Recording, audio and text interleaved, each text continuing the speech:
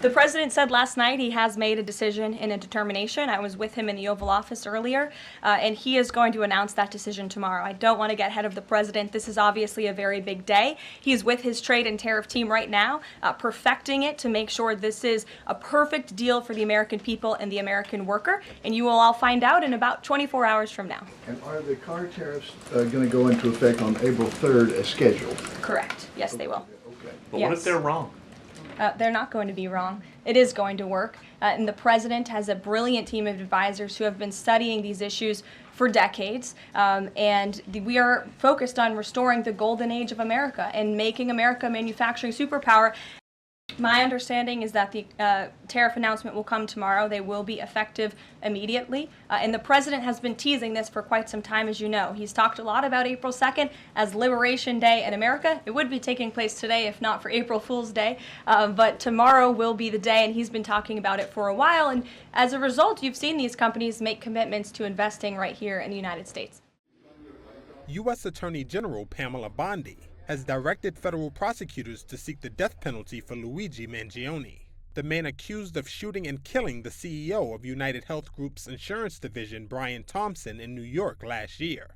26-year-old Mangione has pleaded not guilty to New York State charges of murder as an act of terrorism and weapons offenses. And because New York does not have the death penalty for state charges, he could face life in prison without parole if convicted.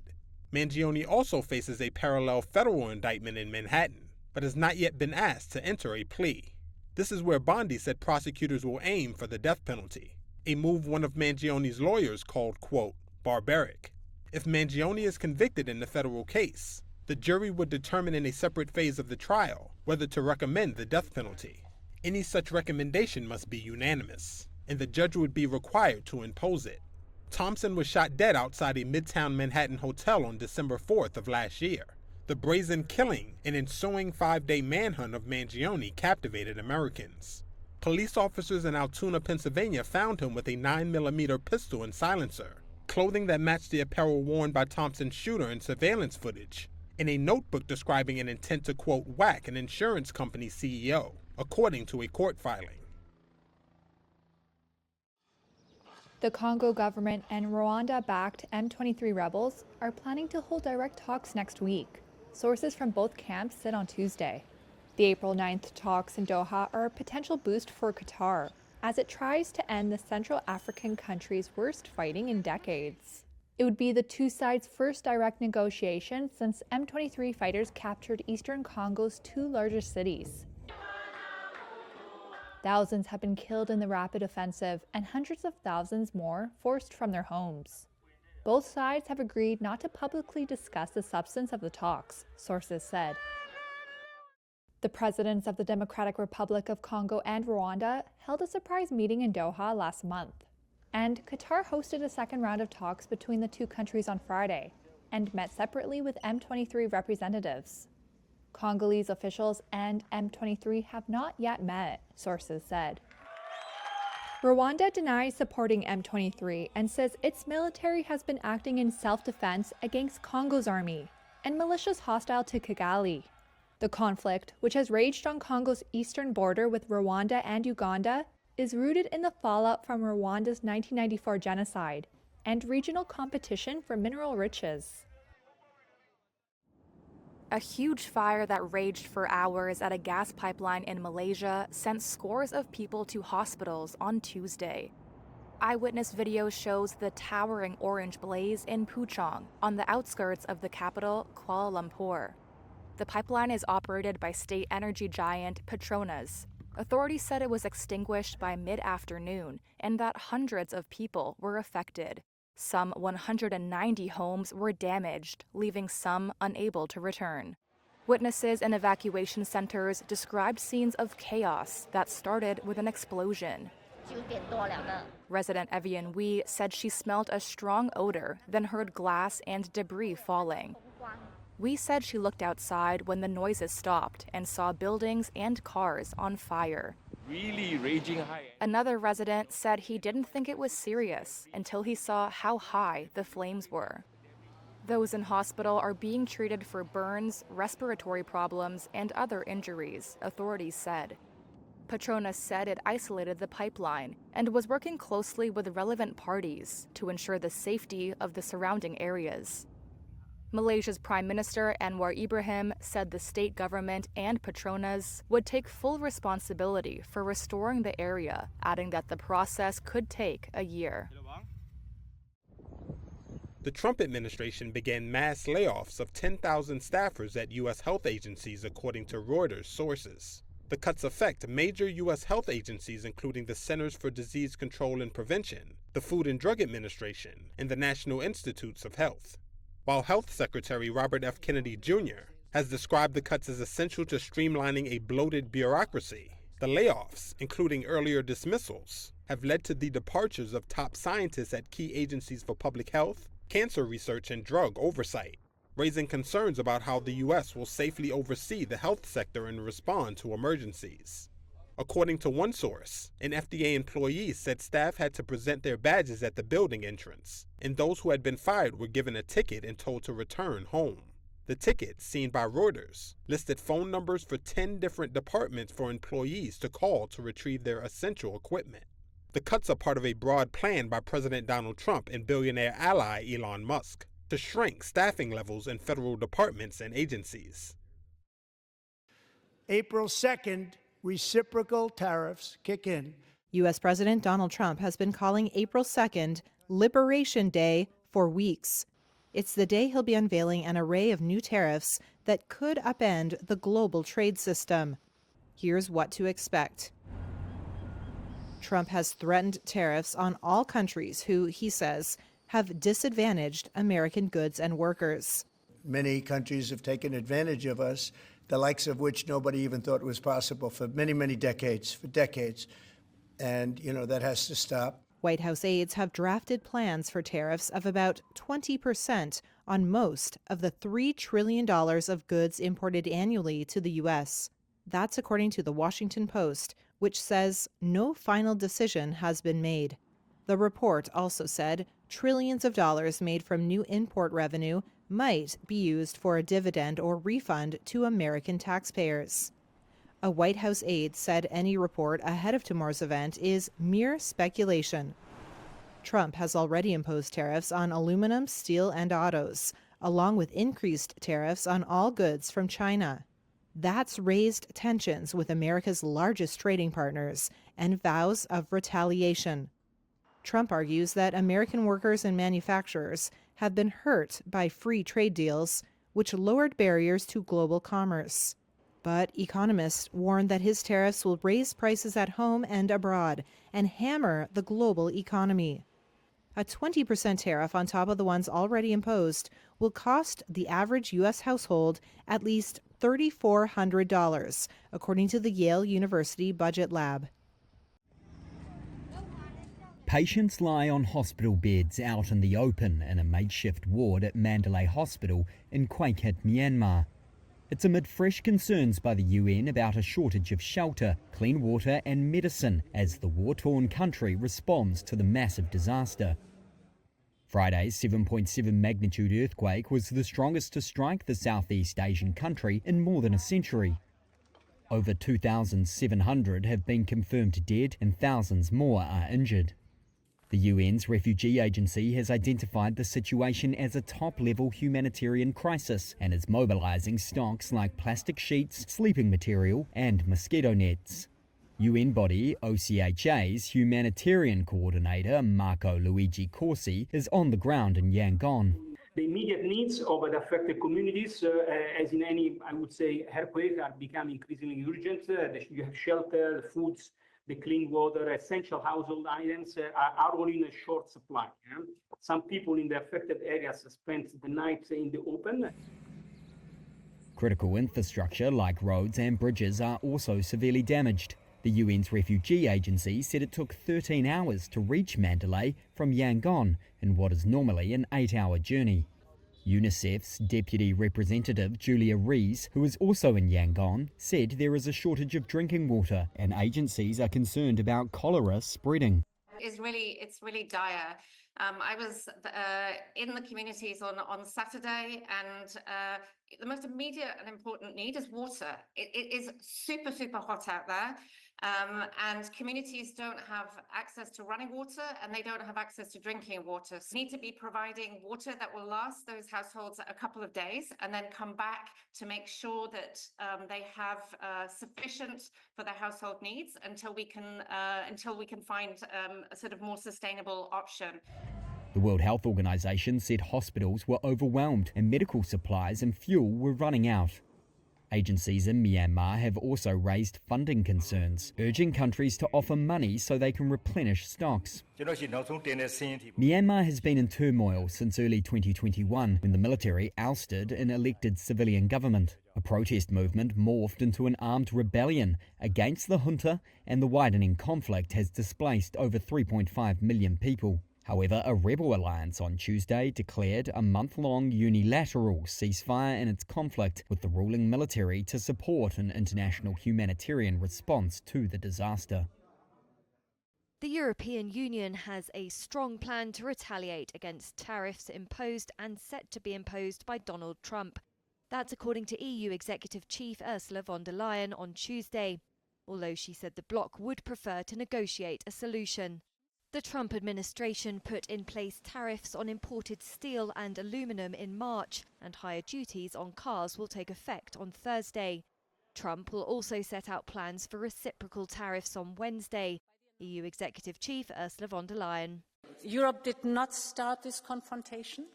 We think it is wrong. But my message to you today is that we have everything we need to protect our people and our prosperity. We have the largest single market in the world. We have the strength to negotiate. We have the power to push back. Von der Leyen also said she understood the US wanted to reindustrialise, as does the EU. However, she said US tariffs were taxes on its consumers. She argued that would fuel inflation and make American factories pay more for components, costing jobs. Von der Leyen added that the EU should diversify its trade and remove internal barriers to cross-border business in its single market. An Israeli airstrike killed several people, including a Hezbollah official in Beirut on Tuesday, a Lebanese security source said, further testing a shaky ceasefire between Israel and the Iran-backed Lebanese militant group. The Israeli military said it had eliminated Hassan Badir, a member of a Hezbollah unit and Iran's Quds force. It said he had assisted the Palestinian militant group Hamas in planning a, quote, significant and imminent terror attack against Israeli civilians. The Lebanese source said the Hezbollah officials' responsibilities included the Palestinian file. The strike was Israel's second in the Hezbollah-controlled southern suburbs of Beirut in 5 days. The damage left behind illustrating the strains on last year's US-brokered ceasefire, which halted a conflict that had killed thousands and uprooted more than 1 million people in Lebanon. Lebanese Prime Minister Nawaf Salam said it was a flagrant breach of the ceasefire deal and the UN Security Council resolution it's based on. The US State Department said on Tuesday that Israel was defending itself from rocket attacks that came from Lebanon. It added that Washington blamed terrorists for resuming hostilities and supported Israel's response. Hezbollah has denied any role in recent rocket attacks from Lebanon towards Israel, including one that prompted Israel to carry out an airstrike on the southern suburbs last Friday.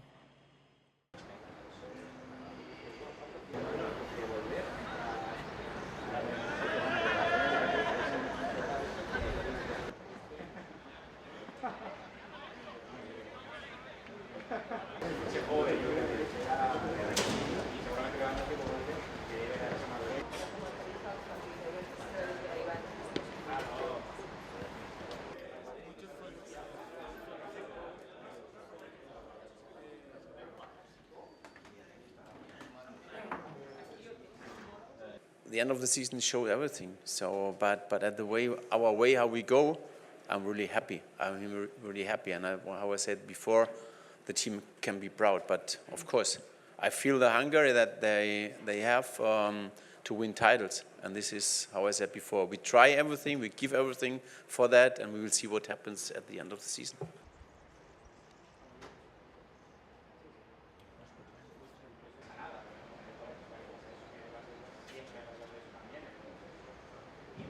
I think it's a different match because the will be a great chance for everyone. It's just like a final before the final, so it's like that, and so I want to reach this final, and yeah, the same with us. I think it's what I have to say. I think my team, the players, can be very proud about them, what they're doing.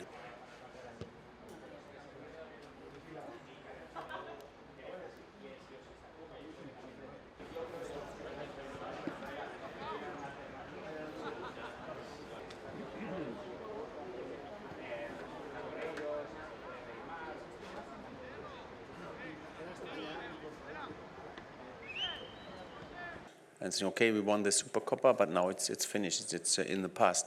Now we want to go to the final, but it's a not easy way because Atletico has a great coach, fantastic coach, but also the squad is very experienced and they know how to play. They are really convinced about this, what they want to do.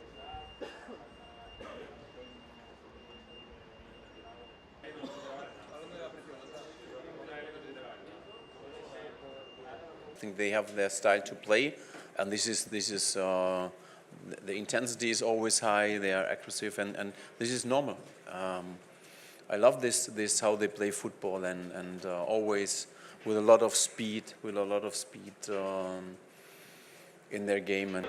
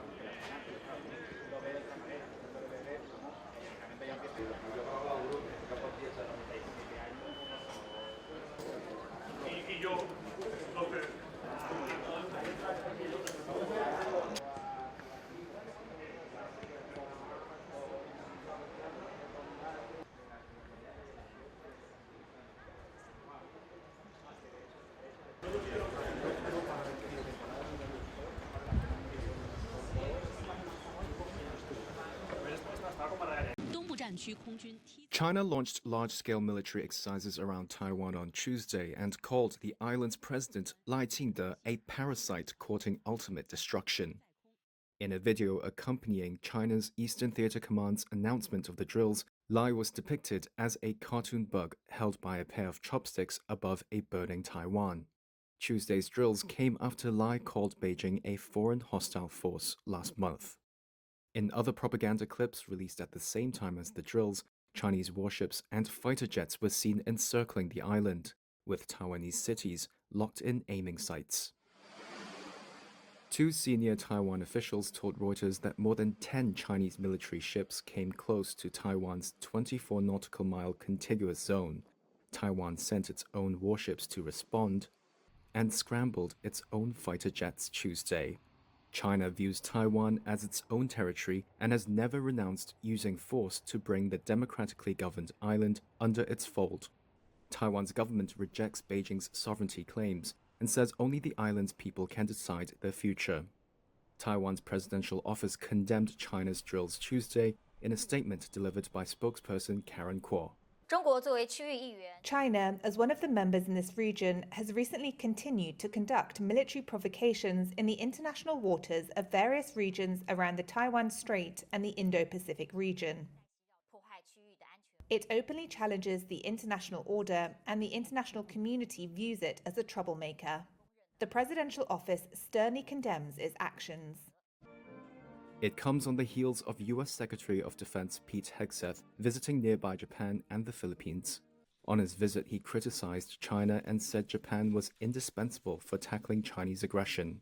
A senior Taiwan Coast Guard official, Xie Qingqin, told reporters Tuesday China could hold war games in May and October.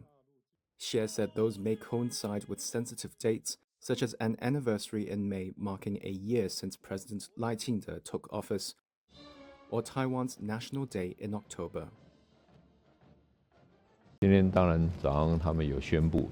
Today, of course, they announced the joint naval and air exercises this morning, but we will also pay attention to their related developments. Not just the one that is currently underway, but also the start of the Joint Combat Readiness military training.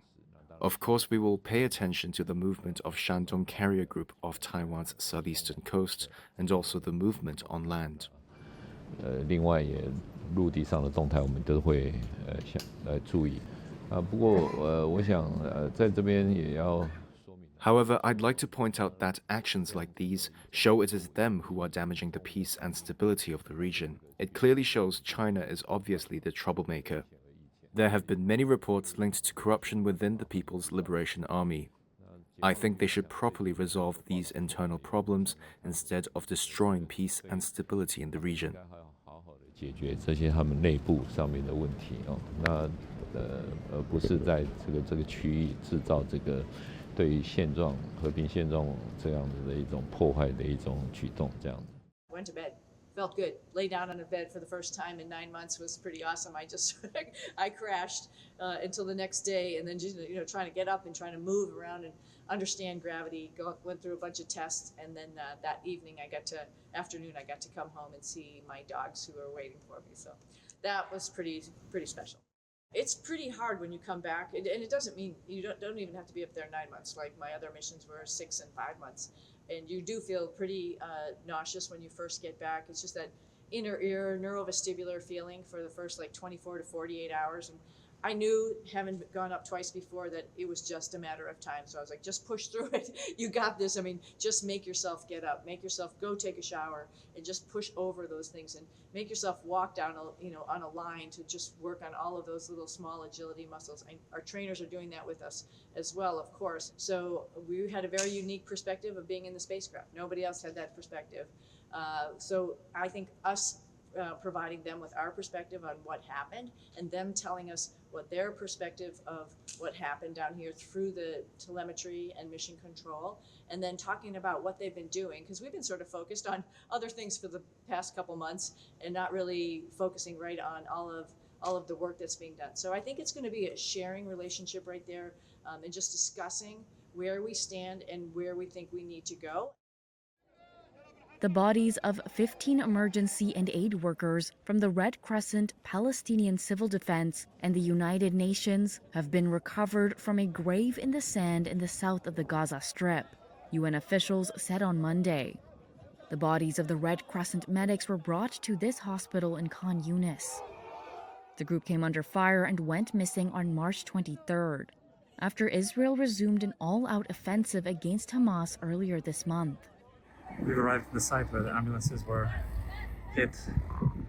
These ambulances have been buried under sand.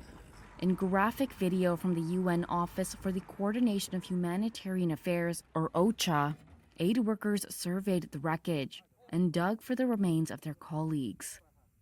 The head of OCHA in Gaza, Jonathan Whittall, said the site had been marked with the emergency light from a crushed ambulance. They were here to save lives. Instead, they ended up in a mass grave. Their vehicles, their ambulances, UN vehicles, civil defense vehicles are crushed and dumped, covered in sand next to us.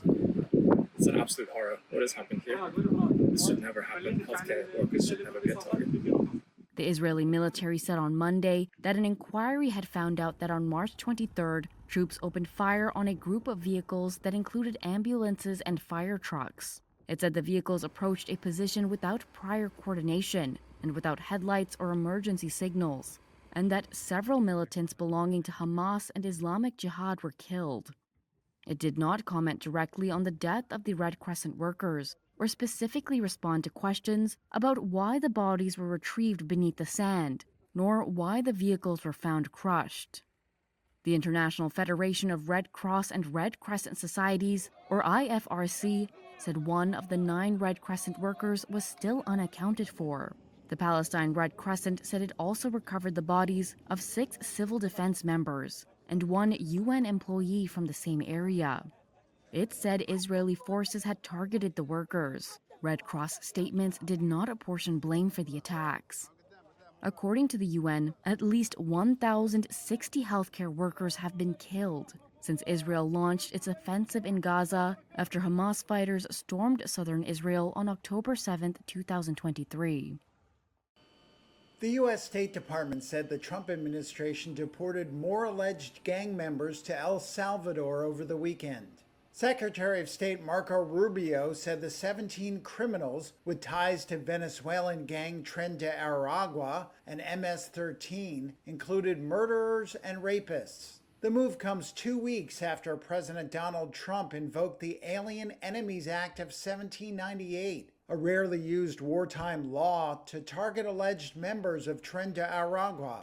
A federal judge later temporarily blocked the policy following a legal challenge brought by the American Civil Liberties Union. The Trump administration asked the U.S. Supreme Court to lift the halt on Trump's use of the law after a federal appeals court left it blocked last week. Family members of some of those deported have denied that they have gang ties. State Department spokesperson Tammy Bruce declined to comment on Monday when asked what authority the administration had used to deport the latest group. Regarding Marine Le Pen, I might disagree with your casting of her as a far-right individual, which is meant, I think, I don't know if that's meant to be derogatory. But we are aware of reports regarding her sentencing, and I would refer you in general to the French authorities for further comment on this legal decision. We also will recall, though, the Vice President's February 14th remarks at the Munich Security Conference in defense of free speech, as well as opposition to exclusion of people from the political process. We have got to do more as the West than just talk about democratic values. We must live them. Exclusion of people from the political process is particularly concerning, given the aggressive and corrupt lawfare waged against President Trump here in the United States. We support the right of everyone to offer their views in the public square, agree or disagree. Rescuers pulled a woman from the wreckage of a hotel in Myanmar days after a massive earthquake in the Southeast Asian country last week that killed at least 2,000 people. China's Xinhua news agency reported that several others were freed from collapsed buildings in Mandalay, the city in central Myanmar near the epicenter of Friday's 7.7 magnitude earthquake. This survivor in Mandalay said that after rescue workers pulled him out of the rubble of his restaurant, he had rented a bulldozer with his own money to try to find the body of one of his workers. I've been removing the debris on my own. No one has helped me. I have to manage myself to remove the rubble, as my shop was a high building and the wreckage could be dangerous to the neighbors. I have to hire a bulldozer to clear the mess. In the Thai capital, Bangkok, rescuers pulled out another body from the rubble of an unfinished skyscraper that collapsed in the quake, bringing the death toll from the building collapse to 12, with dozens more still missing. Bangkok's deputy governor said rescuers were urgently trying to locate and save these people, though the chances of survival diminish after the 72-hour mark, which has passed. Let's just get our hope hanging up. That actually, even though it's past already 72 hours, it doesn't mean that we identify them as dead, but we identify them as lower chance of survival. But that also means we have to speed up because they are getting more vulnerable and weaker if they're still alive. So the process would be like that. Thai industry ministry officials said initial tests showed that some steel samples collected from the site of the collapsed building were substandard. The government has launched an investigation into the cause of the collapse, and the Thai Prime Minister visited the site. The United Nations said it was rushing relief supplies to survivors, while several countries have sent rescue teams or pledged financial support. The quake devastation has piled more misery on Myanmar, already in chaos from the civil war that intensified after the elected government of Nobel Peace Prize laureate Aung San Suu Kyi was ousted by the military. Convicted war criminal Thomas Lubanga has announced a new rebel movement aimed at toppling the government in eastern Congo's Ituri province. The formation of Lubanga's Convention for the Popular Revolution, or CPR, comes as Congo's army faces an unprecedented advance by Rwandan-backed M23 rebels elsewhere in eastern Congo. Lubanga, an Ituri native, became the first person to be convicted by the International Criminal Court in 2012. He was sentenced to 14 years in prison on charges of recruiting child soldiers. He was released in 2020, and President Felix Tshisekedi appointed him to a task force to bring peace to Ituri. But in 2022, Lubanga was taken hostage by a rebel group, which he blames on the government. He's now based in Uganda. In a written response to Reuters, Lubanga said the CPR has both political and military elements, including armed men in 3 areas of Ituri. He said the group has not launched military operations. It is unclear how many combatants Lubanga might control. UN experts accused him last year of mobilizing fighters to support a local militia and M23. Congo's presidency did not respond to requests for comment on Monday.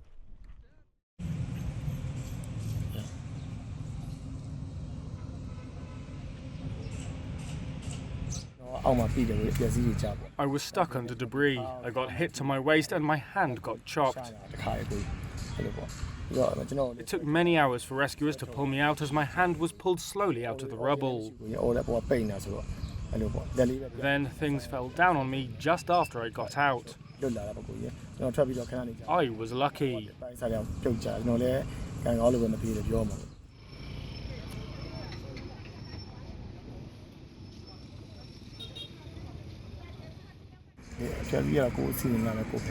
I have been removing the debris on my own. No one has helped me yet. I have to manage myself to remove the rubble as my shop was a high building and the wreckage could be dangerous to the neighbours. I have to hire a bulldozer to clear the mess. I have to pay 20 gallons of fuel to the driver for 1 hour. I am on my own to do cleaning as no one is helping me yet. Police deployed heavily in Zimbabwe's capital and other cities on Monday, and that's largely neutralized a call by the country's independence war veterans for mass protests. The veterans previously supported President Emmerson Mnangagwa, who came to power after his long-term mentor, Robert Mugabe, was ousted in a 2017 coup, but have since turned against him.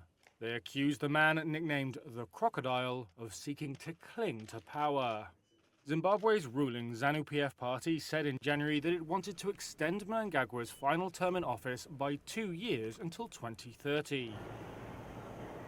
Anticipating possible unrest, businesses have barricaded their premises and car dealerships cleared their showrooms in recent days. Most businesses, schools and vendors across the capital Harare and second city Bulawayo stayed closed on Monday as police patrolled the streets.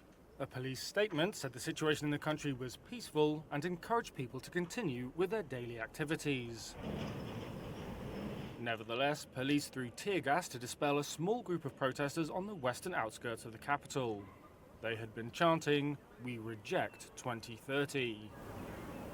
The veterans remain influential within ZANU-PF. They appear to be filling a void left by opposition parties, weakened by internal divisions and a war of attrition with the ruling party. Mnangagwa has repeatedly denied intending to prolong his presidency, but the veterans accuse him of pursuing the plan via proxies. The Kremlin said on Monday Vladimir Putin remained open to contacts with US President Donald Trump, after Trump said on Sunday he was pissed off with the Russian president. Trump threatened to impose secondary tariffs of 25% to 50% on buyers of Russian oil if he felt Moscow was blocking his efforts to end the war in Ukraine. He told NBC News he was angry after Putin last week criticized the credibility of Ukrainian President Volodymyr Zelensky's leadership. Trump has adopted a more conciliatory stance towards Russia that has worried Western allies, as he tries to end what he calls a ridiculous war, which began when Russia invaded Ukraine in February 2022. He himself has called for new elections in Ukraine and denounced Zelensky as a dictator. Trump criticized him again on Sunday over a critical minerals deal that US officials have been pushing Kyiv to accept. A summary of the draft suggests the US is demanding all Ukraine's natural resources income for years. Zelensky has said Kyiv's lawyers need to review it. And I think Zelensky, by the way, I see he's trying to back out of the rare earth deal. And if he does that, he's got some problems, big problems. We made a deal on rare earth, and now he's saying, well, you know, I want to renegotiate the deal. He wants to be a member of NATO. Well, he was never going to be a member of NATO. He understands that. Asked about Trump's anger with Putin, Kremlin spokesperson Dmitry Peskov said Moscow continued to work with Washington, and a call between Trump and Putin could be set up at short notice if necessary. Trump had later repeated that he was disappointed with Putin, but added, "I think we are making progress step by step." He said he could impose new trade measures on Russia within a month. Russia has called numerous Western sanctions and restrictions illegal and designed for the West to seize economic advantage in its rivalry with Russia. Aston Martin shares zoomed up around 12% on Monday. Investors got excited after the luxury automaker announced it would raise close to $162 million. It plans to do so through funding from its chairman Lawrence Stroll and the sale of its stake in the Formula One team he owns. Aston Martin may be British spy James Bond's car of choice, but that hasn't helped it in recent times. Delivery delays and weakening demand in China have hurt the British company, and it's been forced to cut 5% of its workforce. The equity raise is Aston Martin's 7th since Stroll took over 5 years ago. He's invested around $776 million in Aston Martin so far. His U-Tree consortium will invest a further sum of about $68 million by purchasing 75 million shares. Stroll said in a statement the investment should greatly reassure shareholders. The deal will increase his stake to about a third from just under 28%. It added that the sale of a stake in the Aston Martin Aramco Formula One team would help it realise a premium to the current book value of about $95 million. The automaker could also feel some pain from US President Donald Trump's tariffs on imported vehicles. It's forced Aston Martin to now forecast modest growth in annual car volumes. That's compared with its earlier forecast of mid-single-digit percentage growth. The US contributed more than a third of Aston Martin's revenue last year. South Korean actor Kim Soo-hyun denied allegations that he dated the actress Kim Se-ran when she was underage. Kim Se-ran was found dead in February in a suspected suicide. She was 24. At a news conference on Monday, Kim Soo-hyun broke down in tears. 제가 잘못한 일은 얼마든지 인정하겠습니다. I'm willing to admit to any wrongdoing on my part. If there's something I need to take responsibility for, then of course I will. But I can't admit to something I didn't do. 하지 않은 일을 했다고 할 수는 없습니다. The 37-year-old said he dated Kim Se-ran 5 years ago for about a year, but not when she was underage. He also denied that her suspected decision to take her own life was because of him turning a blind eye or pressure from his agency. He said a YouTube expose released earlier this month cited testimonies and evidence that were false, including screenshots of messages that could not be from the actress. Amid the controversy, brands including Prada have cut ties with the actor. Lawyers representing Kim Soo-hyun and his agency said on Monday that they had sued people involved in the YouTube expose for a total of 12 billion won, or $8.15 million in damages. They reported them to the authorities for defamation and violation of the Information Protection Act. A lawyer representing the relatives of Kim Se-ran could not immediately be reached for comment. French far-right leader Marine Le Pen left a Paris courthouse with her political career in turmoil on Monday. She was found guilty of embezzlement and left the building before being handed an immediate 5-year ban from public office. The sentence stops her from running in the 2027 presidential race unless she successfully appeals beforehand. It marks a catastrophic setback for Le Pen, the National Rally Party chief and a frontrunner in opinion polls for the 2027 contest. Le Pen, the RN and 24 party figures were accused of diverting more than $4 million of European Parliament funds to pay France-based staff. They had argued the money was used legitimately. Issuing the guilty verdict, the judge said Le Pen had been at the heart of the scheme. The defendants were not accused of pocketing the money, but rather using the funds to benefit their party. The judge said investigations in the case showed not administrative errors, but embezzlement within a system framework put in place to reduce the party's costs. The judge also gave Le Pen a 4-year prison sentence, of which 2 years are a suspended sentence and 2 which will be served under home detention, and a $100,000 fine. She is almost certain to appeal, and neither of those penalties would be applied until her appeals are exhausted.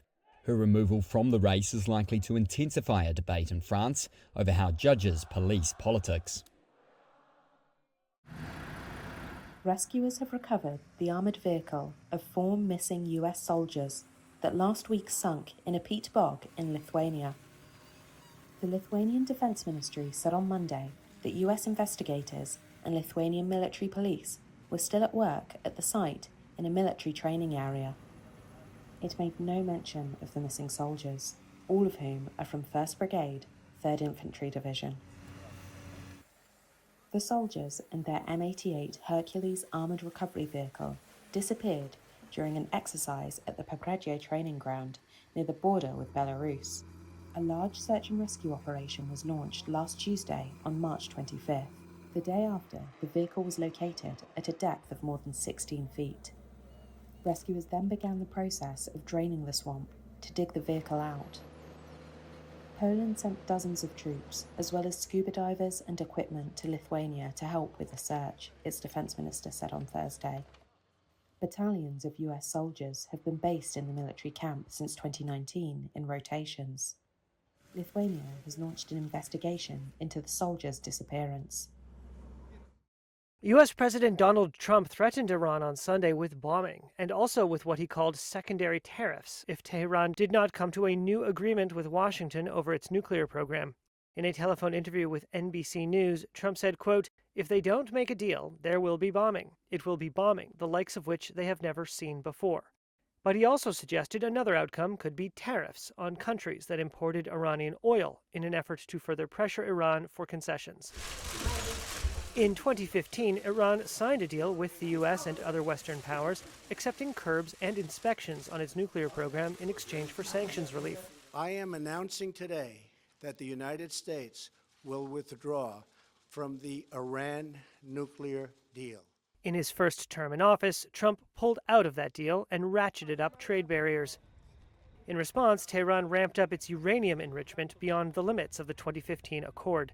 Since returning to office, the Trump administration reached out to Tehran in a letter about coming to a new agreement. Iran sent a response through Oman saying it would not engage in direct talks while under U.S. tariff pressure and military threats. ما از مذاکره نه تنها پرهیز نمی‌کنیم بلکه اون بدعهدی هاست که On Sunday, Iranian President Masoud Pezeshkian said the U.S. government had breached the earlier agreement and needed to, quote, create trust.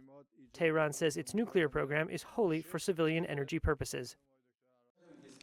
China, Japan, and South Korea held the first trade talks in 5 years on Sunday, amid concerns over U.S. President Donald Trump's import tariffs. The 3 Asian manufacturing giants agreed to, quote, closely cooperate for a comprehensive and high-level talks to improve free trade in the region. That's according to a statement released after the meeting. Trade ministers from the 3 nations met ahead of Trump's planned announcement on Wednesday of more tariffs in what he calls, quote, Liberation Day. Last week, Trump announced 25% import tariffs on cars and auto parts, a move that may hurt companies, especially Asian automakers, which are among the largest vehicle exporters to the U.S. Seoul, Beijing, and Tokyo are major U.S. trading partners, although they have been at loggerheads among themselves. Disagreements over issues, including territorial disputes, have prevented them from making any substantial progress on a trilateral free trade deal since starting talks in 2012. The ministers agreed to hold their next ministerial meeting in Japan. Israeli Prime Minister Benjamin Netanyahu on Sunday demanded Hamas disarm and its leaders depart Gaza as he promised to step up military operations against the group. His comments come after the Hamas leader in Gaza said it had agreed to a ceasefire proposed by mediators, Egypt and Qatar, that included the release of 5 Israeli hostages each week.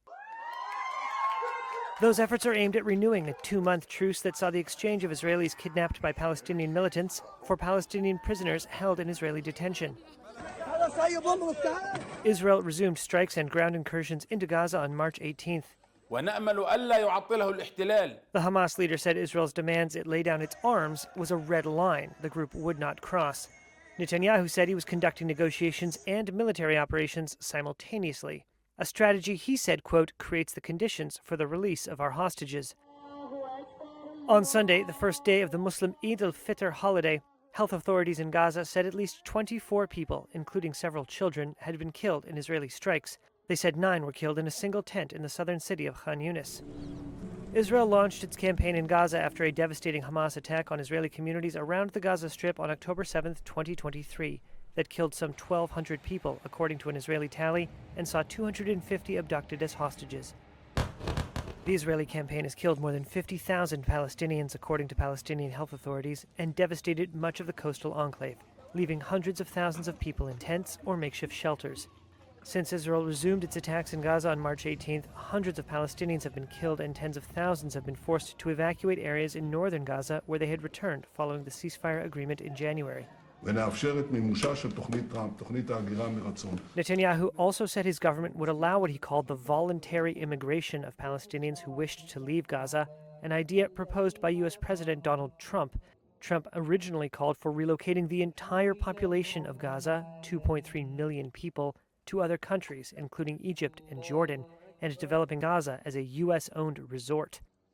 However, no country has agreed to take in the population, and Israel has since said that any departures by Palestinians would be voluntary. Hello. Rescue workers in Myanmar's quake-hit capital pulled this man alive from the rubble after over 40 hours trapped in the wreckage of a 3-story building. He was miraculously without major injuries and is in a stable condition. While this man was lucky, many more are feared still trapped across the country, and the death toll from Friday's 7.7 magnitude quake, one of Myanmar's strongest in a century, continued to rise. The military government said on Sunday more than 1,700 people had been killed, with over 3,000 injured and hundreds still missing. Experts have estimated the death toll could top 10,000 and losses could exceed the country's annual economic output. Russian rescue teams touched down in the capital Naypyidaw, bringing with them a mobile hospital before heading to hard-hit Mandalay near the epicenter of the quake. Eyewitness footage showed the extensive damage in Mandalay. Reuters was able to verify the location and date of the video. Aid workers and residents said scores of people there were feared trapped under collapsed buildings, and most could not be reached or pulled out without heavy machinery. Thailand, India and China were among Myanmar's neighbours that have also sent relief materials and teams, along with aid and personnel from Malaysia and Singapore. Critical infrastructure, including bridges, highways, airports and railways across the country, lie damaged, slowing humanitarian efforts. In some areas near the epicenter, residents told Reuters that government assistance was scarce, leaving people to fend for themselves. The devastation piles more misery on Myanmar, already in chaos from a civil war that grew out of a nationwide uprising after a 2021 military coup ousted the elected government.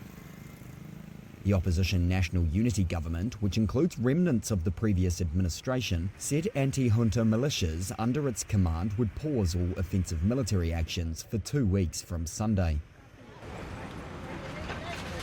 In neighbouring Thailand, authorities said dozens of people remained trapped under the debris of a collapsed Bangkok skyscraper that was under construction when the quake hit.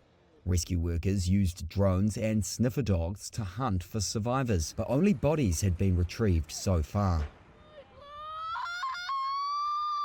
Some relatives and friends of the missing and trapped construction workers broke down as they waited for news.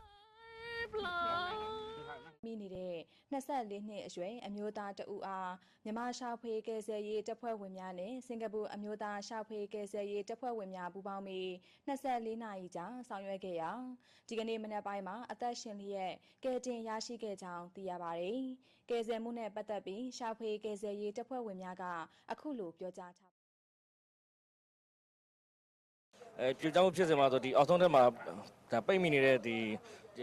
We were able to rescue the man who is around 24 years of age from the rubble. It took us 24 hours for this operation to save this man. He had been stuck under the rubble for about 40 hours.